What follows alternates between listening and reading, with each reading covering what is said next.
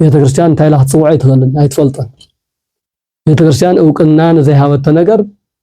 ኣብዚባ እናበለት እናቐባጠረት ኣይተውዕልን ስርዓተ ተክሊል ስርዓተ ድንግልና ናይ ደናግል እናተባሃለ ካብ ወፃኢ ብዝኾነ መልክዕ እውን ዝሕባእ ተሓቢኡ ዝሽፈት ተሸፊጡ ተሸፋፊንካ ዝግበር ነገር እንተዘይረኣና ኳስ ንሰምዕ ኢና ካብዚ ስርዓተ ቤተክርስቲያን ወፃኢ ዝግበር መስውን እንስሳነት ሓዲኦም ብድንግልና ጸኒዖም ነይሮም ሓዲኦም ደሞ ጌጋ ጋጢሞም ተጸኒሑ እቲ ጌጋ ዘጋጠሞ ስሩዕ ዝኾነ ናይ ንስሓ መንገዲ ተዋሂብዎ ናብ ሓዳር እንትመጹ ግን ኣክሊል እዚ ኣብ ርእሲ መርዑ ዝድፋዕ ጸሎተ ተክሊል ተደጊምዎ ጸሎት በጽሕዎ ስርዓተ ብራኬ ተፈጺመሉ ናይ ክብሪ ልብሲ ካባ ከምኡውን ኣብ ርእስኻ ዝድፋዕ ናይ ነገስታት ዘውዲ ዝመስል ንሱ ኣክሊል ይዝባሃል እሱ ናይ ክብሪ መግለፂ እዩ ከውካብ ንጹህ ወመርዓ ቅዱስ እቲ ከውካብ እቲ ቤተ መርዓ ቅዱስ እዩ እቲ መርዓ በዓሉ ተመውስዎ በዓሉ ዝተቀደሰ እዩ ምክንያቱ ክርስቶስ እኳ ኣብቲ መርዓ ተረኺቡ መርዓዊ ባሪኹ ኣብቲ መርዓ ዝነበረ ኣብቲ ቤት መርዓ ውሽጢ ዝነበረ ጉድለት ኣዳም ልቡና መጀመርያ ተጸኒሱ በይነይ ክነብር ንምንታይ ተፈሪድን ዝብል ሓሳብ እንትሓስብ ሓዳር ይደለሎ ማለት እዩ መውስዎ ይደለሎ ማለት እዩ መናብርቲ መኻፍልቲ ህይወቱ ተድልዮም ኳና በደንብ ይርዳኣሎ ማለት እዩ ኣብዚ ተጸኒሰሉ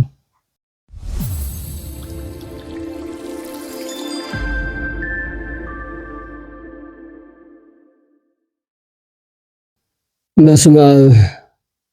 ወወልድ ወመንፈስ ቅዱስ አሐዱ አምላክ ክቡራንን ክቡራትን በደም ክርስቶስ ተቀደስኩም አመንት እግዚአብሔር መፍቀርቲ ድንግል ማርያም ዘመድ ቅዱሳን ኩልኻትኩም አቦታት እዴታት አሕዋታት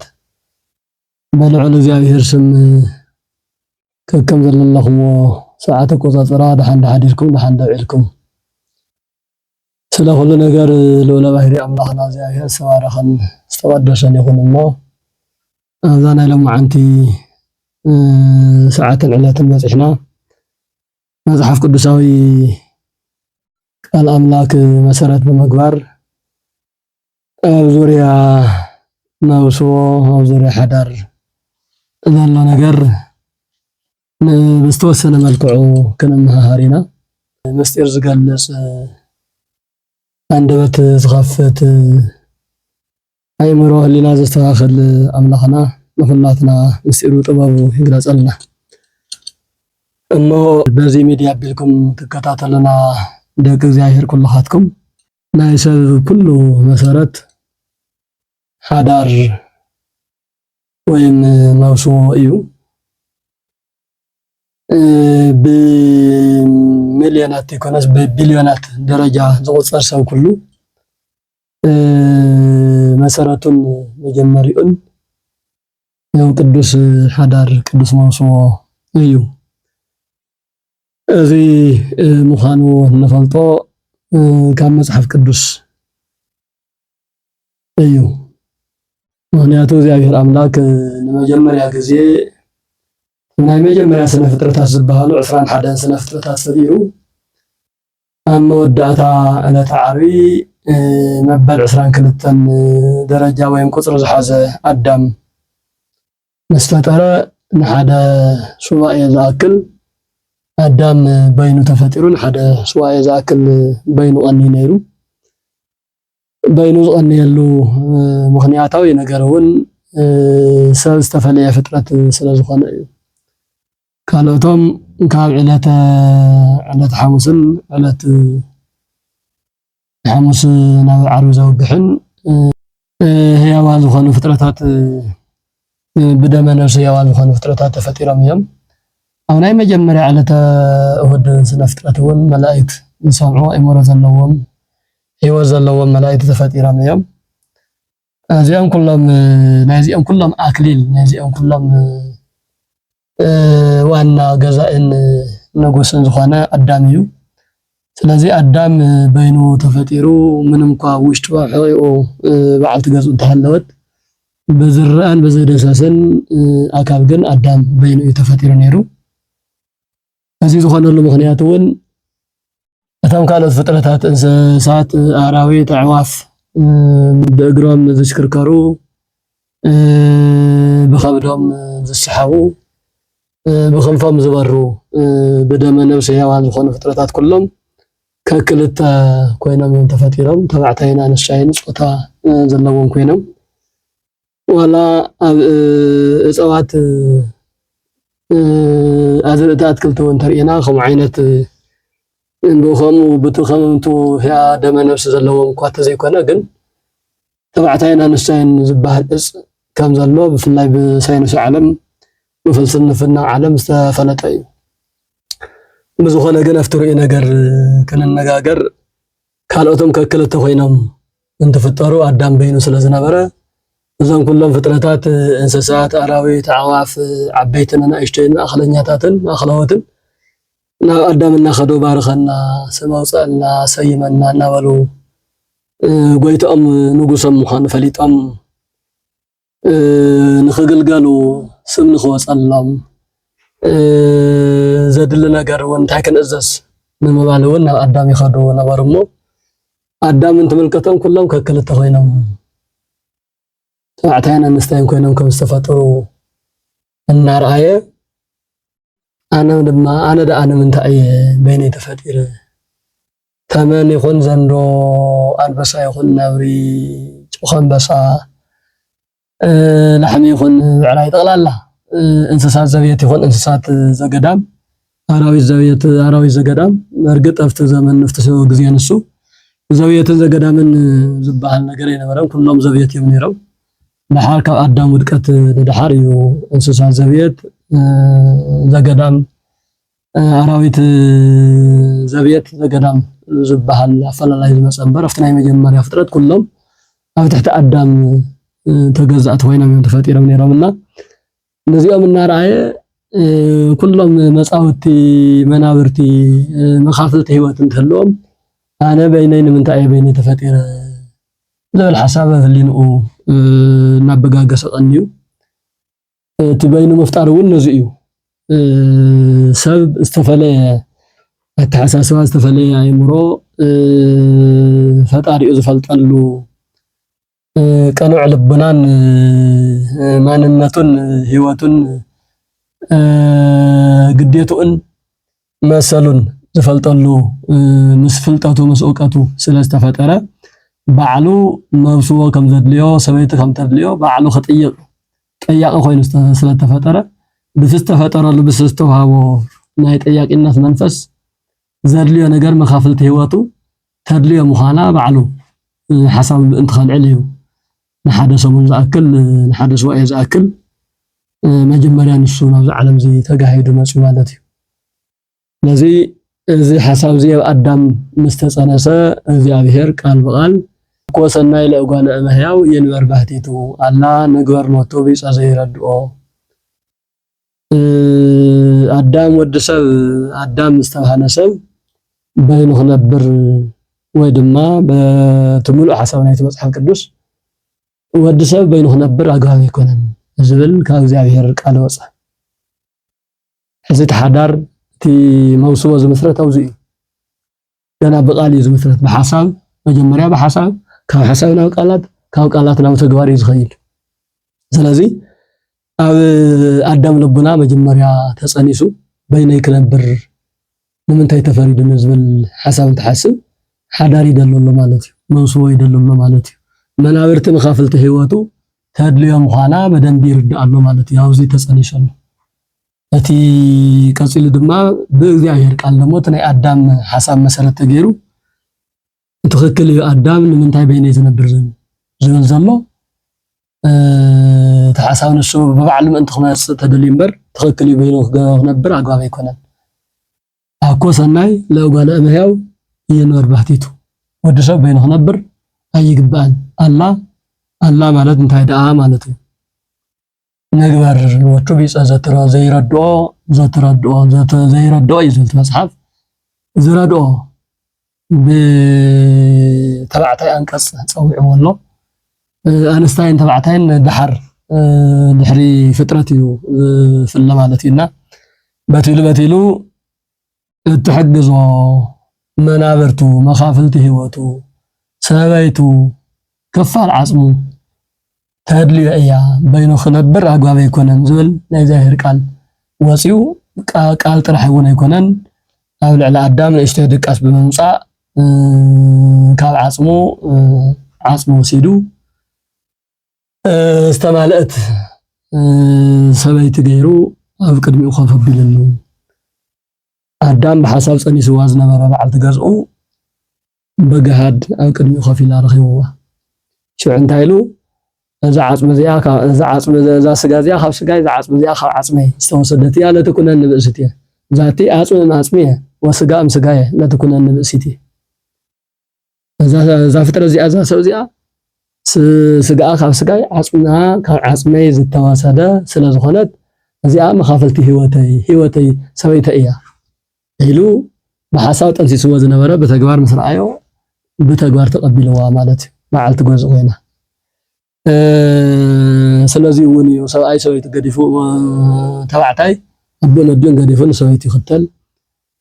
ብተመሳሳሊ ሰበይቲ እውን ኣቦኣን ኣዲኣን ገዲፋ ንበዓል ገዝኣ ተኸቲላ ትኸይድ ሓደ ኣካል ሓደ ኣምሳል ሓደ ዓጽሚ ሓደ ስጋ ሓደ ተሓሳስባ ስለ ዝኾኑ ማለት እዩ ስለዚህ መውስቦ ብሓሳብ ኣዳም ህሊና ብቃለ ስላሴ ካብቶም ሰለስተ ኣካላት ሓደ እግዚአብሔር ወልድ ብቃልነቱ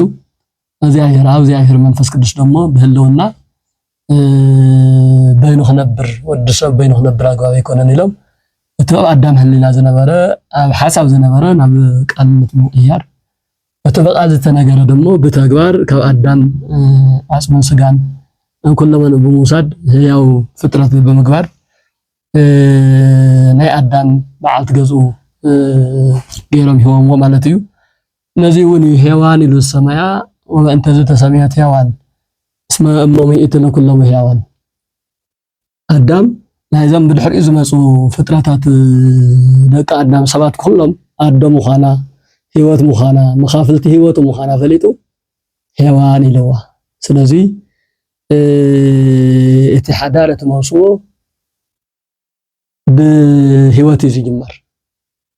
መኺርካ ዘኪርካ ሓሲብካ ኣስተንቲንካ ብስርዓት ከመይ ክመርሖ ከመይ ማለት ክገብሮ ከመይ ይኽእሎ ንምንታይ እዩ ከድልየኒ ዝብሉ ነገራት ብደንቢ ተሓሲብዎ እዩ ክስራሕ መውስቦ ክፍፀም ሓዳር ክግበር ዝግብኦ እዚ እውን ኣዳም ንሓደ ሰብኣይ ዝኣክል ሓሳብ ምቕናይ ባዕሉ ሓደ ትምህርቲ እዩ ነዚ ካልኦቶም እንስሳት ኣራዊት ብምልኦም ተፈጠሩ ክልተ ኮይኖም ብሓደ ግዜ ኣብ ሰከንድ ውሽጢ ኣብ ቅጽበት ውሽጢ እዮም ተፈጢሮም ኣዳም ግን ሓዳር ዓብይ ነገር መውስቦ ዓብይ ነገር ምዃኑ ንምርዳእ ክሓስብ ነይርዎ ብደንቢ ከስተንትን ነይርዎ ብደንቢ ዘድልዮ ምዃኑ ከኣምን ነይርዎ ብደንቢ ነዚ ድማ ግዜ ተዋሂብዎ ድማ ሓሲቡ የድልዮ ምዃኑ ኣሚኑ ተረዲኡ እግዚአብሔር ድማ ብተዛኣመነን ብዝተረድኦን መንፈስ ያው መኻፍልቲ ህይወቱ ፈጢሩሉ ማለት እዩ ስለዚ መውስቦ ክቡር እዩ ዝበሃል እውን ነዚ እዩ ብርሃን ዓለም ቅዱስ ጳውሎስ እውን ኣብ ዕብራውያን መልእኽቱ ምዕራፍ 13 እንተሪእና ከምኡ እዩ ዝብል ቃል ብቃል ክነንበልኩም መውስቦ ኣብ ኩሉ ነገር ክቡር እዩ እቲ ዓራት እውን ቅዱስ እዩ ይብል እቲ መውስቦ ክቡር እዩ እቶም ዝተዋሰቡ ኣካላት ዝድቅስሉ ዝነብሩሉ ገዛ እኳ ባዕሉስ በቲ መውስቦ ኣቢሉ ዝተቀደሰ ዝተባረኸ ቁም ነገር ዝርከበሉ እምበር ከምቲ ዓለማውያን ሰባት ዝብልዎ ዝረኸሰን ካልእ ዝበሃለሉን ኣይኮነን ስለዚ በእግዚአብሔር በአዳም ዝተሓሰበ በእግዚአብሔር ዝተፈቀደ በስላሴነት በስላሴ ቃልነት ዝተነገረ ኣብ ገነት ዝተጀመረ ኣብዚ ምድረ ፍዳ ጥራሕ እውን ኣይኮነን ሓዳር ተጀሚሩ ኣብ ገነት እዩ ኣዳም ኣብ ገነት ተፈጢሩ ኣፍታ ጽብቕቲ ዓዲ ናይ ኣትክልቲ ቦታ ናይ ለምለም ቦታ መከራ ዘይበላ ብዙሕ ነገር ብማቻት ትነብረላ ዓዲ እዩ ናይ ኣዳምን ናይ ሔዋንን መውስቦ ተመስሪቱ ስለዚ መውስቦ ክቡር እዩ ምባለው ቅዱስ ጳውሎስ በእግዚአብሔር ፈቃድ ዝመፀ ምዃኑ ስለ ዝፈልጥ እዩ ማለት እዩ ቅዱስ መውስቦ ዝበሃል ንምንታይ እዩ እንተልና ባዕሉስ بلي هجال بناز نبرن بلي كدان لحلفن كم زل خوينو نهادش كدان كمسينا انتري ناس نمجمريا غزي ክርስቶስ ስርዓተ ጥምቀት ፈጽሙ ኣብ ባህር ዮርዳኖስ በእደ ዮሐንስ ምስተጠመቀ 40 መዓልትን 40 ለይትን ኣብ ገዳመ ቆሮንቶስ ናይ ብሕትውና ናይ ጾም ናይ ጸሎት ናይ ጽሙና ጊዜ መስሕለፈ ስራሕ ንምጅማር ናይ ወንጌል አገልግሎት ትምህርት ንምሃብ ስራሕ ንምጅማር ቅድመ መጀመር ስራሕ ዝገበሮ ናይ መውስዎ ስርዓት ንብራኺ ኣብ ቃና ዘገሊላ ዮሐንስ ወንጌል ምዕራፍ 2 ንሪኦ ቤተ ዶኪማስ ዝተባሃለ ዓብይ ገዛ ክርስቶስ afti መርዓ ተረኺቡ ክርስቶስ ጥራሕ ኣይኮነን ኣዲኡ ቅድስት ድንግል ማርያም ተረኺባ ቅዱሳን ሐዋርያት ደቀ መዛሙርቱ ተረኺቡ ጠቅላላ ክርስቶስ ምስ ቤተሰቡ ምስ ኣዲኡን ምስ ደቀ መዛሙርቱ ዝተረኸበሉ መርዓ ናይ መጀመርያ ስርሑ ነይሩ ወዚ ወቱ ቀዳሚ ተኣምር ናይ መጀመርያ ተኣምር ኢሉ ጽሒፍዎ ኣብ መጽሐፍ ቅዱስ ውሽጢ ካብ ተጻሓፉ ናይ ዘመነ ስጋዊ ተኣምራት መጽሐፍ ቅዱስ መሰረት እንትርአዩ ናይ መጀመርያ ተኣምር ዝተሰርሐ ኣብቲ ቅዱስ ከውካብ እዩ ቅዱስ ኤፍሬም ውን ናይ ክርስቶስ ተስዊእትን መለኮትነትን እናነጻጸረ እንትምስልን እንተምህርን ከውካብ ንጹህ ወመርዓ ቅዱስ እተከውካብ ቤተ መርዓ ቅዱስ እዩ እቲ መርዓ በዓሉ ተመውስዎ በዓሉ استقدس أيه مخنياته كريستوس وكاسفت مرعى ترخيو مرعى يباريخو أفت مرعى زنبا أفت بيت مرعى وشتزنا ورا قدلت أمالي وصاغلو نايرنجل مريم أمالدو صلوت توسيهو كريستوس فقادو خينو زي عبي سوز بحال تقوام سوز بحال عبي تكال زفاريلو سوز فاريلو تكال تحليو مسوئي ካልኦት በማሽንን በኻሊእን መብዛሕ ይከኣል ሰብ ግን ብተኣምር ፕሮፌሰር በልዎ ዶክተር በልዎ ካልእ በልዎ ሰብ መስራሕ ክኽእል የለ ምናልባት ተሰርሐ ሰብ በደንብ ገይሩ ክሰርሕ በደንብ ገይሩ ጥዕና ክንከባኸብ ይኽእል እዩ ሰብ ምፍጣር ግን አይኽእል ብዙሓት ፈጠራታት ኣለዎ ዝዓለምና ሰብ ግን ፍሉይ ናይ እግዚአብሔር ጥራሕ ብሕታዊ ናይ እግዚአብሔር ፍጥረት ተሃልዩ ሰብ እዩ ስለዚህ እዚህ ሰብ ዝፈርየሉ ትካል ቅዱስ ትካል እዩ ቅዱስ ተቋም ቅዱስ ተዘይኸውን ክርስቶስ ይርከበሉ ድንግል ማርያም አይተዕደመሉ ቅዱሳን ሐዋርያት ይርከበሉ ባዕላ ቅድስት ድንግል ማርያም በተመውስዎ ቢላአ ተረኺባ ቅዱሳን ሐዋርያት ጻድቃን ሰማዕታት እንብሎም ነገስታት ኤጲስቆጶሳት ዝተፈላለዩ ክብሪ ዘለዎም ደረጃ ዘለዎም ዓቅሚ ዘለዎም ፍልጠት ዘለዎም አካላት ካብዚ ትካል እዚኦም ዝፈርዩ ስለዚህ እዚ ትካል እዚ ብጣዕሚ ቅዱስ ትካል እዩ ቅዱስ ተቋም እዩ ስለዚህ ቅዱስ ከውካብ ኢልና ንጽውዖ ከውካብ ንጹህ ወመርዓ ቅዱስ እዚ መስረት እዚ ተቋም እዚ ከመይ መስረት መስረቱ እንትጅመር አንተ ወተናገርና ያለና ናይ አዳምን ናይ ሔዋንን ከመይ ከም ተመስረተር ኢና ያለና ከመይ እናቀጸለ ከም ዝመጸውን ሕድ ካብ ህገ ልቦና ጀሚሩ እነ አብርሃም እነ ኖህ ካልኦቶም መልዓል ንኽእል ኢና ለምሳሌ ናይ ኖህ መርዓ ናይ ኖህ ቤተሰብ ዝፈርየሉ ተቋም ዝገርም ተቋም ነይሩ ናይ አብርሃም ከምኡ ካልኦቶም ከምኡ ናብ ሓድሽ ኪዳን ክንመጽውን ሓደ መርአያና ቤተ ዶኪማስ እዩ ክርስቶስ ዝቀደሶ ማለት እዩ ካብኡ እንዳሓር ግን ንኹሉ ስርዓት ስለ ዘለዎ ስርዓትን ሕግን ወፂሉ ብስርዓት በአግባብ ዝኸይድ ነገር እዩ ቅዱስ ክኸውን ተኾይኑ ተናይ ቅድስና መስመር ሒዙ እንትኸይድ እምበር ካፍታ መስመር ንሳ ዘነፍት ኢላ ለክዕ ካብ ሕብረታ ዝተፈልየት ማሕሲእ ማለት እዩ ማሕሲእ ምስ ግልገል በጊዕ ትኾን ሕሲእ ትኾን ምስና ምስ ሕብረታ እንተልያ ሓላዊ ኣሎ ይሕልዋ እዩ ፍልይ እንተላ ግን ጭኾን በሳ እዩ ዝወስዳ ነብሪ ይወስዳ ቀለብ አራዊት እያ ትኸውን እዚ ቅዱስ ተቋም ንብሎ ዘለና እውን ብትስርዓትን ብትሕግን እንተመፂ እምበር በብ ሆቴሉ በብ ሸንተረሩ በብ ገብኡ በየመንገዱ ዝግበር ተባዕታይን ኣንስታይን ተራክቦ እዚ መውስቦ ይኮነን እዚ መርዓ ይኮነን እዚ ቅዱስ ሰብሳብ ተባሂሉ ክጽዋዕ ኣይኽእልን እቲ ቅዱስ ንብሎ ለና በቲ ቅዱስና ደረጃ እንትበጽእ እቲ ናይ መጀመርያ በቲ ዝበልናዮ መጽሎ ኣብ ሓድሽ ኪዳን ግን ስርዓት እናወጸሉ እናተስተኻኸለ መንገዲ መልክዕን ሓዘ ዝመጸሉ መንገዲ ኢና ትርኢ እንርኢ ናይዚ ቅዱስ መውስቦ ዋና ስርዓት እንደብን ተክሊል ይዝባል ተክሊል ይዝባል እዚ ተክሊል ዝባል ናይዚ ስርዓት እዚ መፈጸሚ መጽሓፍ እዩ በተሰሙ መውስቦ ሓዳር ከውካብ ሰብሳብ በዘበል ስያሜ ከስያሜ ይኽእል እዩ ነዚ መፈጸሚ ዝኸውን ስርዓትን ደንብን ዝሓዘ ዝርዝር ሓሳብ ዘለዎ ግን መጽሐፈ ተክሊል ዝባል መጽሐፍ ኣለና መፈጸሚ ስርዓት ኣክሊልን ተክሊልን ናብ ሓደ በመምጻእ ሕውስውስ ዝብለሉ መንገድታት ተመሪእና ኣክሊል እዚ ኣብ ርእሲ መርዑ ዝድፋእ ጸሎተ ተክሊል ተደጊምዎ ጸሎት በጽሕዎ ስርዓተ ብራኬ ተፈጺምሉ ናይ ክብሪ ልብሲ ካባ ከምኡውን ኣብ ርእስኻ ዝድፋእ ናይ ነገስታት ዘውዲ ዝመስል ንሱ ኣክሊል ይዝባል እሱ ናይ ክብሪ መግለጺ እዩ ባዕሉ ኣክሊል ኣይኮነን ክብሪ እቲ ክብሪ ኣብቲ ሕግን ስርዓትን ሓልኻ ምኻድ እዩ ተኽብሪ ዝርከብ እቲ ክብሪ መግለጺ ግን ልክዕ ከም ሓደ ንጉስ ነጊሱ እንትበሃል ኣብ ርእሱ ዘውዲ ከም ዝደፍእ ናብ ቅዱስ ሓዳር ዝመጹ ኣካላት ብድንግልና ዝጸንሑ ኣካላት ድማ ናይቲ ንዘመናት ዝኣክል ንዓመታት ዝኣክል እንተንእሱ 10 ን20 ልዕሊኡን ዓመታት ብድንግልና ናይ ዝጸንሕዎ ብሕጊ ተሓልዮም ናይ ዝጸንሕዎ መግለጺ ክብሮም ኣብ ማእገሮም ኣብ ዝባኖም ካባ ኣብ ርእሶም ኣክሊል ይድፍአሎም ነዚ ካባን ነዚ ኣክሊልን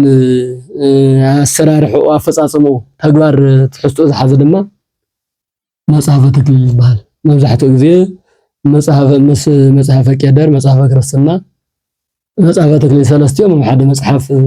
እዮም ተጠቃሊሎም ዝርከቡ ቅድም ኣብ ዝበለ ሕዚ ንወይንታቶም እውን መጽሐፈ ተክሊል ንወይኑ መጽሐፈ ቄደር ንወይኑ መጽሐፈ ክርስትና ንወይኑ እውን ዝተሓተመሉ ኩነታት ኣሎ ዝርዝር ተክሊል ዝባሃል ተመጽሐፍ እዩ እቲ ኣክሊል ዝባሃል ደሞ እቲ ኣብ ርእሲ መርዑ ጥራሕ ኣይኮነን ኣብ ርእሲ ዲያቆናት ኣብ ርእሲ ቀሳውስትን ይቕመጥ እዩ ኣክሊል መልክዑን ተግባሩን ካልኡን ክፈላለ ይኽእል እዩ ስሙ ግን ሓደ እዩ ዲያቆናት እንትቀድሱ ኣብ ርእሶም ዝገብርዎ ኣክሊል ይዝባሃል በተመሳሳሊ ቀሳውስት ኣብ ርእሶም ዝገብርዎ ኣክሊል ይዝባሃል መነኮሳት ዝገብርዎ ቆቢዕ እውን ኣክሊል እዩ ኣፈላላዩ ናይ ቀሳውስት ናይ ዲያቆናት ኣብ ኣገልግሎት ጥራሕ ከም ዩኒፎርም ኣብ ኣገልግሎት እንትኾኑ ጥራሕ ዝገብርዎ እዩ ናይ መነኮሳት ግን ሓደ ግዜ ምስተቐመጠ ናይ ኣክሊል ሰወክ ምሳሌ ስለ ዝኾነ ካብ ርእሶም ኣይወርድን ኣይኮነን ብቀትሪ ለይቲ ደቂስካ እውን ኣክሊልካ ኣይግደፍን ኣክሊልካ ቆቢዕካ ኣክሊልካ ማለት እዩ ናይ ኣክሊል ሰወክ ምሳሌ እዩ መነኮሳት ርእሲ ንሪኦ ኣብ መነኮሳትም ልዕሊኦም ዘለዉ እንተ ናፍቶም ዲያቆናትን ቀሳውስትን ትርኢ ስሙ ኣክሊል እዩ ግን ናይ ክብረ ድንግልና መግለፂ ኣይኮነስ ናይ ክብረ ወንጀል መግለፂ እዩ ናይ ስጋ ወደሙ ክብረ ስጋ ወደሙ ንምግላጽ እዩ ልብሰ ተክህኖ ተለቢሱ ኣክሊል ኣብ ርእሳቶም ገይሮም ዝቅድሱ ንኣቶም ንባዕልቶም ክብርቲ ኣይኮነስ ነቲ ዝልወጥ ስጋ ወደሙ ነቲ ዝንበብ ቃለ ወንጀል ነቲ ምስጢረ ስጋ ወደሙ ክብሪ ንምሃብ ኣክሊል ለቢሶም ንሪኦም ኢና ማለት እዩ ናብ መርዑ እንትንመጽእ ከምቲ ዝበልናዮ ተክሊል መፈጸሚ ሕግን ስርዓትን እዩ ዝርዝር ስርዓትን ሕግን ዝሓዘ እዩ እቲ ኣክሊል ደሞ ዝበልናዮ ማለት እዩ ስለዚ ንመን እዩ ኣክሊል ዝግብኦ ክብሪ ንዝግብኦ ክብሪ ሃቡ እንዲሉ ቅዱስ ጳውሎስ ክብሪ ንዝግብኦ እምበር ንረአየለይ ንሰምዑለይ نخطعملي كم حرلي فوتو خلنا على اللي خلي بعالك ناو رأسها يقبر بزخنا يتوسو ورق يا آدم يوم محرم نبعل خاز قبأ كخوين انت زي وسيد كايو تواحيس كادو تلقح خادو نفوت الكادو نقلي الكادو عسر تيم سامبر أي دمغ أي خون من يوم قصفتن كان إنك مسيخ سلازي أكل الزقبو مصحف تكليل نزدقمالو قب أميرون بقب أميرون نزخبر بس قاو دمو ناو حدا نزقبو أي مصحف تكليل زدقم سرعة أكليل زفتصمالو مالتي إذا دم خما يزقبا أنتلنا بدنقلنان نزنبرات راحي جزيو كسكافتا جزي مرعو بدنقلنا نصنح أكل صنحت أكل كبري قبعة سلسة عينت ناي حدر أفتو مصحف تكليل سلسة درجة له ناي مجمريا قداماي سرعة تكليل زبال بدنقلنا نصنحو مجلس خبرم تحدارمون زصنعن استقدسن نخون أب حدارم مرعوم أب نوزوهم كريستوس نخركبلهم ቅዱሳን ወላድ ንኽወልዱ እዚ መጽሐፈ ተክሊል ተደገመ ስርዓተ ጸሎት ይወጽሐሎም አክሊል ይድፈአሎም እዚ ናይ ባዕሉ መጽሐፍ ነዚ ተባሂሉስ ሓደ መጽሐፍ ተጻሒፉሎም ስርዓት ዘለዎ መጽሐፍ ማለት እዩ ካፍቶም ሸውዓተ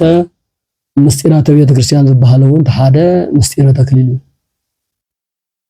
ተክሊል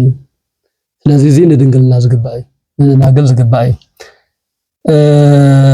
ምናልባት አብደናገለውን ክልተ ነገር ይረአዩ ሓዲኦም በድንግልና ሓዲኦም ናብጌጋ ጸኒሖም በንስሐ ዝተመለሱ ስለዚያ ብዙሕ ግዜ ተከራኸሪያ ምሳሌ ንሱ ድንግል ተው ወይ ንሳ ሓዲኦም ድንግል ተኮይኖም ብዙሕ ግዜ ንሳ ያ ድንግል ኮይና ትመጽእ ንሱ ደጊም ይመጽእ ዘይር ግን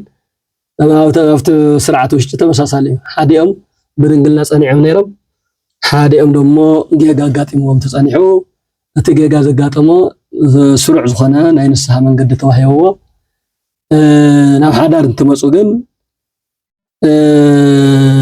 ሓዲኦም ድንግል ሓዲኦም ዘይድንግል ስለዚ ንሱ ሓዲኦም ዘይድንግል ስለዝኾኑ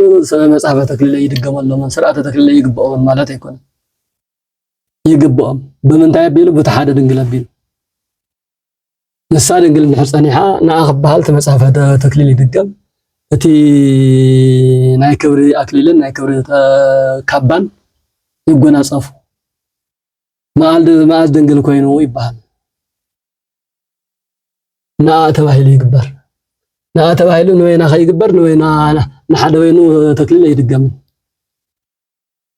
ክልተ ከባቢ ዝነበሩ ናብ ሓደ ንምምጻእ ናፍቲ ቅዱስ ተቋም ንምዕባእ እዩ እቲ መጽሐፈ ተክሊል ዝድገም ስለዚህ ንሱ አይኮነን ማን አጥራህ እንደግም ከይባል ሕገ አይፈቅድን እንታይ ዳ ንኸለተ በተሓንቲ በሓዲኦም ሰንኪ በተሓደውን ይልከም ማለት እዩ እዚ እውን ሶልና ግምታዊ ሐሳብ እንተ ይኮነስ መጽሐፍ ቅዱሳዊ መልእኽቲ ሒዝና ኢና ኸመን ዘለና እዚኣ ቃል በቃል ከነንበልኩም ሞ ኣብ ቅዱስ ጳውሎስ ዘላና ዕብራውያን ወገናት ወብ ዘላእኹ መልእኽቲ ምዕራፍ 7 ቁጽሪ 13 ሓደ ኣማኒት ዘይኮነት ሰበይቲ እንተሃልያቶ ንሳ ድማ መስኡ ክትነብር እንተፈተወት ኣይፍትሐያ ኣይፈለያ ሰበይቲ እውን ኣማኒ ዘይኮነ ሰብኣይ እንተሃልይዋ ንሱ ከዓ መስኣ ክነብር እንተፈቂዱ ኣይትፍትሐዮ ኣይትፈለዮ እቲ ኣማኒ ዘይኮነ ሰብኣይ ምእንቲ ሰበይቱ ተቀዲሱ እዩ እቲ ኣማኒ ዘይነበረ ሰብኣይ በታ ሰበይቱ ቢሉ ተቀዲሱ እዩ ማለት እዩ እቲ ኣማኒ ዘይኮነ ሰበይቱ እውን ምእንቲ ኣማኒ ሰብኣያ ተቀዲሳ እያ እሞ ከምኡ እንተዘይኸውንስ ደቆም رخصات نخونو نيرم حزقنا تقدسهم يوم متى أمانة زي كنا كفلا أنت دليل زي النعال إذا غسل زي ما نتايو حنا كلتا استفلالي صوت هذا اللون كلتا سبات حد يوم أمنت حد يوم زي أمنتي أما زي نمزلنا بحدنا من معدل أنت قتي موم أي تأمنني له أي دليكنا يبلا أي باررا نمنتاي بناتو أمنات نساهت قدس تخليها ويدما نسا أمانيت كوينا نسو كأمنات وصا أنت نيرو وما يدليك يمسا خنبريا زبل فقار تهليو نسا أمان سلازي كونكا أي دليك كان لا أي تباررو نمنتاي بناتا أمنات نسو قدس يخليو خنص يخليو وأما زي ما مسدنقلنا مسكال ما استتحيزو مس أمنات كويو زبل حساو كلا علي خليو أرقتيو حدا كحدن حدا حتياتنيا كريستيان من يبلس كريستيان كوينو ነገር ግን ከምሰመጠን ከጋጋ ከምሰመጠን ውድቀት ከጋጠሞ ይخلي ስለዚህ ነታ ዘላ ውድቀቱ በነሳህ ቢሉ እንመምላሶም ቀርባ ይዘሎ እስላማይዲ خلق ዝነበረኳ በሰውይቱ ወይ በሰውአያ ከቀደሱ ያም እንድሕሪልና ኮይኑ ናይ ሓደ መዓልቲ ውድቀት ዘጋጠሞምና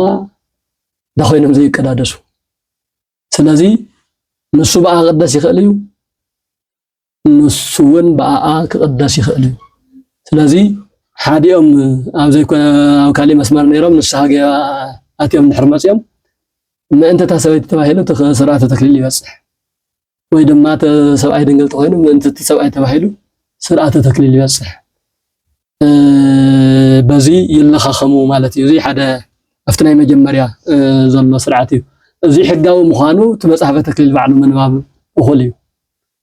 ተምዘድልዩ ማትሪያላት በሙሉ መጀመሪያ ይቀርቡ ይብል ቀለበት ካባ አክሊል ቅብአ ሜሮን መስቀል ቅዱስ ወንጌል እዚአቶም ይቀርቡሞ እዚአቶም ወሪው መጀመሪያ ንኽልቲአቶም ተመርዓውቲ ቃልየትዎም ይብል መስቀል መጽሐፍ ቅዱስን ከምዚ ዓለም ተደራሪቦም ሰብአይን ሰበይትን ከለቲኦም ከምዚአ ልዑልን ትሑትን ኢዳቶም ደራሪብካ ቃልየትዎም ይብል ካሎም ማዓንቲ ጀሚራ አነ ከይፍለየኪ ኣብ ቅድሚ ኦርቶዶክሳዊ ተዋህዶ ቅድሚ ቤተ ክርስቲያን አሚነ ፈቂደ ተቀቢለከ ኣለኹ እስካብ ዕለተ ሞተይ ምሳኽ ነብር እየ ዝብል ንሳውን ተመሳሳሊ ቃል ተኣተው ቅድሚ ቤተ ክርስቲያን ኣብ ቅድሚ እግዚአብሔር ኣብ ቅድሚ ህዝበ ክርስቲያን ከምኡ ቀፂሉቲ ስርዓተ ቡራኬና ተፈጸመ እዚ ኩሉ ስርዓት ተሰሪዑ ዘለፍቲ መጽሐፍ ምንባብ እኹል ነገር እዩ እዚ ሓደ ደረጃ እዩ ናይ መውስዎ ጉዳይ እቲ ካልኣይ ጸሎት ስርዓተ ማእስባን ዝበሃል ኣሎ ክልቲአቶም እንተስ ተመሪዖም ነይሮም ወይ ብሞት ወይ በሓደ ነገር እንፍልላይ ተጋጢሙ ካልኣይ መውስዎ ምፍጻም ማለት እዩ ካልኣይ መውስዎ ክፍጽሙ እንድሕር ደልዮም መጀመርያ ስኡልካ ፈቲሕካ ይኮነን መፈታሕ ነውሪ እዩ ብስሩ ግን እንተጋጢሙ ግን መፍትሕ ኣለዎ ማለት እዩ ስለዚህ እዚአቶም ደሞ አክሊልን ገለንገለን ይእዝዘሎምን ንባዕሉ after መጽሐፈ ተክሊል ውሽጢ ንባዕሉ ጸሎተ ማእስባን ተባሂሉ ተሰርዓሎ ንሱን ይብካ ትቃል ምእታውን ካልእን ከም ዘሎ አክሊል ዝበሃል ግን የብለውም ምክንያቱ አክሊል ናይ ክብረ ድንግልና መግለጺ እዩ በዚ ይፍጸም መወዳእቱ ስጋው ደም ማለት እዩ መጨረሻ ኣብ ሳልሳይ እስካብ ሳልሳይ አካባቢ ይኸይድ እዩ ብሞት ይኹን ብኻሊእ መፈለላይ ስለዘጋጥም እሞ በይኑ ምንባር ዘይኽእል እንተኾይኑ መጽሐፍ እውን በይኑ ክነብር ኣገባብ ኣይኮነን ስለዝብል ሳልሳይ መውስዎ እንተጋጢሙ ጸሎተ ፍትሓት ዘወልድ ዝበሃል ኣሎ ስርዓተ ንስሓ ምስ ተፈጸመ ፍትሓት ዘወልድ ተደጊሙ ስጋው ደሙ ተቀቢሎም ቆሪቦም ሓላሮም ይገብሩ ማለት እዩ ስለዚህ በከምዚ መልክዕ ሰለስተ ደረጃ ኣለዎ እቲ ስርዓተ መውስዎ ስርዓተ ሓዳር ማለት እዩ ካብዚ ወፃኢ ግን ካብ ቤተ ክርስቲያን ወፃኢ ዝተገብረ መውስዎ ቤተ ክርስቲያን እንታይ ላሕጽውዕ ትኽእል ዝብል ሕቶ ይለዓል እዩ መሰረቱ ካብ ዞም ሰለስተ ነገራት ወፃኢ ዘሎ ነገር ቤተ ክርስቲያን እንታይ ላሕጽውዕ ትኽእልን ኣይትፈልጥን ቤተክርስቲያን እውቅናን ዘይሃበተ ነገር ዘይባና ማለት እናቀባጠረት አይተውዕልን ካብ ቤተክርስቲያን እውቅና ዝኾነ አምጣንቶም መተውና ዘበልናዮ እንተሰብ ሆቴል እንተሰብ ሩዋሩዋ እንተሰብ ገወገው እንተሰብ መንገዲ እንተሰብ ሓሓቢኻ እንተሰብ ዓሚዝካ ተዓሚዝካ ዝግበር ነገር ካብ ሕግ ወፃኢ ካብ ሕግ ወፃኢ ዝኾነ ደሞ ምንም ዝበሃል ስያሜ የብሉን ንወንጀለኛ ንሽፍታ ሽፍታ ያህትሉ ንዓማጺ ያህትሉ ንቅዱስ ተብሎ ንሕጋዊ ተብሎ ሕጋዊ ይኾነ ደሞ ሕጋዊ ተብሎ ስለዚህ ካብዚኦም ወፃኢ ዘሎ መውስቦ ምናልባት እንስሳዊ መውስቦ ይኸውን ዝኽእል ንሕና ደቂ ሰባት ካብ እንስሳት ንፍለየሉ እኮ ብስርዓት ምንባርና እዩ እምበር መብላዕና መስታይና መውላድና እኮ ይኮነን ሰሪሕና መብላዕና እውን ኣይኮነን ካብ እንስሳት ዝፈልየና ሰሪሕና መብላዕ እንተኾይኑ እንስሳት እውን ሰሪሖም እዮም ዝብልዑ ኣድገ በቕሊ ይኹን ብዕራይ ላሕሚ ይኹን እታ ዝነኣሰት ንእሽተይ ኣብ ናይ ገዛ ክስታይ እኳ ድሙስ ሰሪሕ እያ ትበልዕ እንጭዋ ገለገለ ሓልያ ካልእ እውን ከምኡ ዘብዐኛ ኮይኑ ዝሓልው በቃ ኩሎምስ ሰሪሖም እዮም ዝብልዑ ኩሎም ድማ ከምዚ ዓይነት ፍትወት ኣለዎም እንስሳዊ ፍትወት ኣለዎም ተባዕታይን ኣንስታይን ይነፃፀሩ ተራክቦ ይፍፅሙ ይወልዱ እውን ይዓብዩ እውን ይሞቱ እውን ስለዚ እዚ ከምዚ ዓይነት ንሕና ፍልይ ዘብለና ግን ስርዓት ኣለና እንስሳት ስርዓት የብሎም ሓደ ጣዕዋ ምስ ወላዲቱ ምንም ስርዓት ዝበሃል የለን እንስሳነት እዩ ካብዚ ስርዓተ ቤተ ክርስቲያን ወፃኢ ዝግበር መውስቦ እውን እንስሳነት እዩ እንታይ ኢልና ንሰይሞ እንተልናስ እንስሳዊ ባህሪ እዩ ክኸውን ዝኽእልና ክቡራትን ደቂ እግዚአብሔር መውስቦ ዓብይ ነገር እዩ ሓዳር ክቡር ነገር እዩ መርዓ ቅዱስ ነገር እዩ ብቐሊሉ ዝረአ ኣይኮነን እንታው ዘመንና ብዙሕ ነገር ንርኢ ኢና ስርዓተ ተክሊል ስርዓተ ናይ ደናግል እናተባሃለ ካብ ወፃኢ ብዝኾነ መልክዕ እውን ዝሕባእ ተሓቢኡ ዝሽፈት ተሸፊጡ ተሸፋፊንካ ዝግበር ነገር እንተዘይረኣና ኳስ ንሰምዕ ኢና ሓደ ግዜ ከም ቤተ ክርስቲያንና ውሽጢ ንሪኦ ኣብ ናይ ደገን ናይ ውሽጥን ተባሂሉ ክልተ ተኸፊሉ ዝረአ ዘሎ ነገራት እውን እንተስራዕ እንተሎ ንፅቡቕ ዝኾነ መፍትሒ ተባሂሉ ተሰሪዑ እዚ ግን ኣውጣጭኡ እናሳሓተ እዩ ዝኸድ ዘሎ እዚ ክእረም ክስተኻኸል ዝግብኦ ነገር እዩ ስርዓት እንተኾይኑ እቲ ስርዓት እዩ ዝኾነ ስርዓት ዝኾነ ናይ ቅድስና መጽሓፍ ቅዱሳዊ ስርዓት ብስጋ ወደሙ ዝህተም ብስጋ ወደሙ ዝፍጸም እምበር ብደግ ዝተርፍ ምስጢርም ስርዓትም የብልና እቶም 7 ምስጢራት እንብሎም በዓልቶም ኩላቶም መደምደምቶም ማሕተሞም ስጋ ወና ክርስቶስ ስጋ እንደምን ማሕተም ስጋ ወደሙ እንተዘይተገይርሎም ማሕተም ከም ዘይብሉ ፈርማ ከም ዘይብሉ ደብዳቤ እዩ ዝቁፀር ለምሳሌ ጥምቀት ተጠሚቅካ ስጋ ወደሙ እንተዘይተቐቢልካ ጥምቀት ከም ጥምቀት ይወፅር ዝኾነ ዝጎደሎ ነገር ኣሎ ማለት እዩ ክህነትም ብተመሳሳሊ ክህነት ተቐቢልካ በሰዓቱ ስጋ ወደሙ እንተዘይተቐቢልካ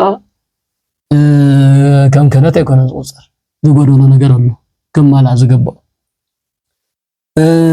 ምስጢረ ንስሓ ንብሎ ንስሓ ብተመሳሳሊ ሰብ መብዛሕትኡ ሰብ ናብ ኣመነ ምስ ኸይዱ ንስሓ ይኣትዩ ከንደዚ ጾም ከንደዚ ጸሊ ከንደዚ ስጋድ ወይ እዚ መጽወት ከምዚ ቤተ ክርስቲያን ሰዓም እዚአን ተግበር እዚአን ግበር ተባሂሉ ይእዘዝ እዩ እዚ ትእዛዝ እዚ ጥራሕ እኹል ኣይኮነን እዛ ስዋይኡታ ቀነኑ ምስ ወድአ ናብ ቤተ ክርስቲያን መጽኡ ናይ ክርስቶስ ስጋ ደም እንተዘይወሲድሉ ስርናይ ዝመልአ ለቆታ ግን ዘይተኣሰረ ማለት እዩ ጣፍ ይኹን ስርናይ መሊኡ ለቆታስ እንተዘይተኣሲሩ ከምብል ባህሊ እዩ ፈሳሲ እዩ መሊስ እዩ ዝፈስስ ስለዚ እዞም ዘለዉ ምስጢራት ምስጢረ ክህነት ምስጢረ ንስሓ ምስጢረ ቀንዲል ምስጢረ ጥምቀት እዚኦም ኩሎም መወዳእቶም ኣክሊሎም ናይዞም ኩሎም ምስጢራት ኣክሊል ስጋ ወደሙ ስለዚ ብስጋ ወደሙ ዘይተኣሰረ ኣብ ደገ ሰላም ድዮ በዳራሽ ኣጸደ ቤተ ክርስቲያን ዝግበር ናይ ነርዓ ናይ መውስቦ ስርዓት ይኮነን ይስራሕ እዩ ይግበር እዩ እናተፈጸመ ንርኢና እናፈጸምናውን መጽና ኢና አሉ ሕዝቡን እንተኾነ ኣብ ሆቴል ኣብ ግለሰባት ገዛ ኣብ ገለ ዳስ ስርዓተ ቀለበትን ገለና ተባሃለ ይግበር ስለዝነበረ እዚ ዝገደደ አጸጋሚ ስለዝኾነ ንእሽተይ ናብ ቤተክርስቲያን ቅርብ ኢሎም ይጽንሑ ክሻብ ዝመሃሩ ክሻብ ዝተኻኸሉ ክሻብ ቀነንኦም ዝውድኡስ ኣብ ደገ ሆቴል ካብ ዝኸውን ኣብ ኣጸደ ቤተክርስቲያን ተኾይኑ ንእሽተይ ኣስተምህሮን ጸሎትን ወሲዶም ኣብ ዝቐጽለ ቀልጢፎም ናብ ስጋው ደሙ ከኣቱ እዮም ተባሂሉ እዩ ስርዓት መጀመርያ ተሰሪዑ ካብ ደገ ሕዝውን ይሕሽዮ ቤተክርስቲያን እንተን እሰት መሃሪኻ ጸሎት ይግበረልካ እዩ መጽሐፍ ቅዱስ ይንበበልካ እዩ ችዳን ይበጽሕ እዩ ምኽሪ ይወሃበካ እዩ ብስረፍቱ ኣጸደ ቤተክርስቲያን ምርካብካ ባዕሉ መዓዛ ቤተክርስቲያን መዓዛ ዕጣን ድምጽ ኸበሮ ድምጽ ጸናጽል ድምጽ ቃለ ወንጌል ብዙሕ ነገር ሰሚዕኻ ዋይ ኣነ ፍጹም ወይ ኮይነ ስጋው ደሙ ተቀቢለ ያ ከምክድኩ ንምንታይ ኣይጎዲልን ንምንታይ እንድሓር ተመሊሰ ሕዝቡን ቀልጢፋ አስተኻኽለለን ዝብል ናይ ምልዓል መንፈሳዊ ምልዓላት ስለ ዝፈጥር ካብ ደገ ምዃኑ ኣብ ኣጸደ ቤተክርስቲያን ምዃኑ ዝበረጽ እዩ ግን ድማ ኣጸደ ቤተክርስቲያን መጽሒኻ ኩሉ ግዜ ተመሊስካ ትኸይድ ትኾንካ ከምቲ ዝበልናዮ ዘይተኣሰረ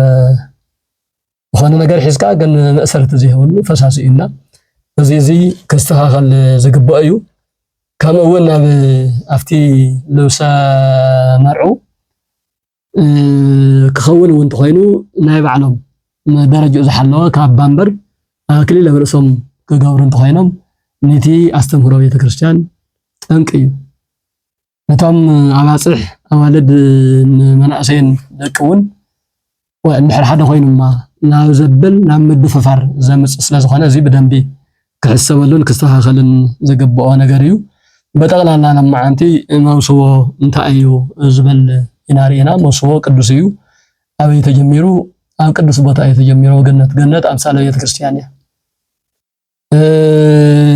በቃል እግዚአብሔር ተቀድስ እዩ ተጀሚሩ ኣብ ዘመነ ሐዲስ ተመጽና እውን ክርስቶስ ተረኸበሉ ከም ቅዱስ ኤፍሬም ማገላለጻውን ካብ ንጹህ መራ ቅዱስ ተባሂሉ ዝተገለጸ ከም ቅዱስ ጳውሎስ እውን መውስቦ ንጹህ እዩ እቲ መደቀሲኦም እውን ርኹሰት የብሉን ተባሂሉ በመጽሐፍ ቅዱስ ዝተዛዘመን ትምህርት ኢና ለማዓንቲ ተመህርና ሞደቅ እግዚአብሔር እዚ ትምህርት እዚ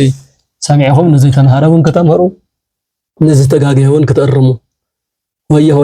ኢልካ ሰብነ መጽዳፍት ይኮነስ ሰብነ መስተኻል ኩላትና ክንሰርሕ ይግበአና በዘኾነ ናይ ለማዓንቲ ትምህርትና እዚ ይመስል ነይሩ ምሳና ተረኺቡ ዘምህረና ዝገሰጸና ዝመኸረና ለባህሪ ኣምላኽና እግዚአብሔር